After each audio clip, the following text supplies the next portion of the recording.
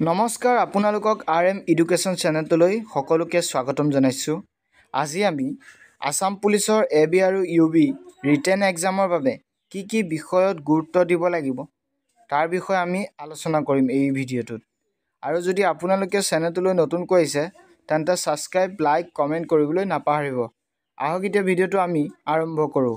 আপোনালোকৰ লগত আসাম পুলিচৰ AB আৰু UB ৰিটেন এক্সামৰ সিলেবাছখন আছে নে নাই?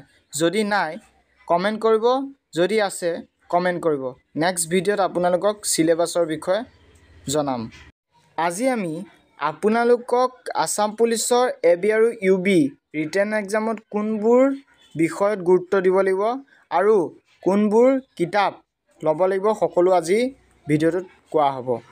প্ৰথম কথাটো হ'ল যে বহুতে ইংলিছত উইক হয় আৰু সেই কাৰণে এই কিতাপখন ল'ব, গুড ইংলিছ গ্ৰামাৰ।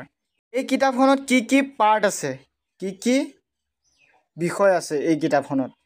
প্ৰথম কথাটো হৈছে আপোনালোকে নাউনটো লাগিবই, প্ৰনাউনটো চাব আৰু লগতে নাম্বাৰ, জেণ্ডাৰ আৰু adjective, verb, tense, adverb, preposition, consonant, article, voice সকলো থাকিব। ইয়াত আপোনালোকে চিন্তা কৰিবলৈ প্ৰয়োজন নাই। এইখন কিতাপ ল'লে আপোনালোকে বহুত আগবাঢ়ি থাকিব ইংলিছত।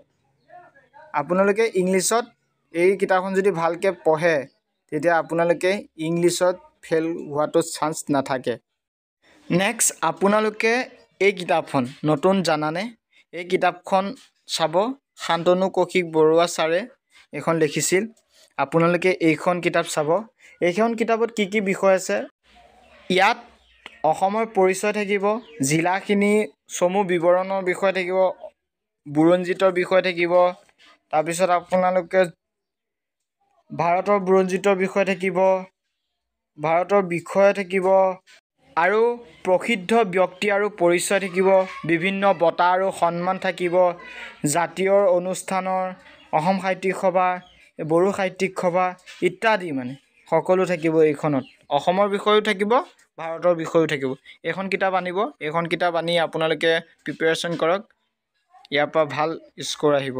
লগতে আপোনালোকে বহুতেই জানে এইখন কিতাপ অসম এয়াৰ বুক আৰু এইখন কিতাপ শান্তনু কৌশিক বৰুৱা ছাৰেই লিখিছিল। এইখনৰ গোটেই অসমৰ বিৱৰণৰ বিষয় আছে, সকলো তথ্য ইয়াত পাই যাব। আৰু এইখন কিতাপ পূৰা ফেমাছ, মই ক'বলৈ প্ৰয়োজন নাই, আপোনালোকে হয়তো জানেই আৰু মই ক'বলৈ প্ৰয়োজন নাই। আপোনালোকে এইখন কিতাপ পাৰিলে লৈ আহিব আৰু এইখন কিতাপো আপোনালোকে প্ৰিপেৰেশ্যন কৰিব পাৰে। আৰু আপোনালোকে অকল এই কিতাপখন যে কম্পিটিটিভ এক্সামৰ কাৰণেই লাগে সেইটো নহয়, আপোনালোকৰ আউট নলেজৰ কাৰণেও এই কিতাপখনৰ বিষয়ে বহুত ভাল।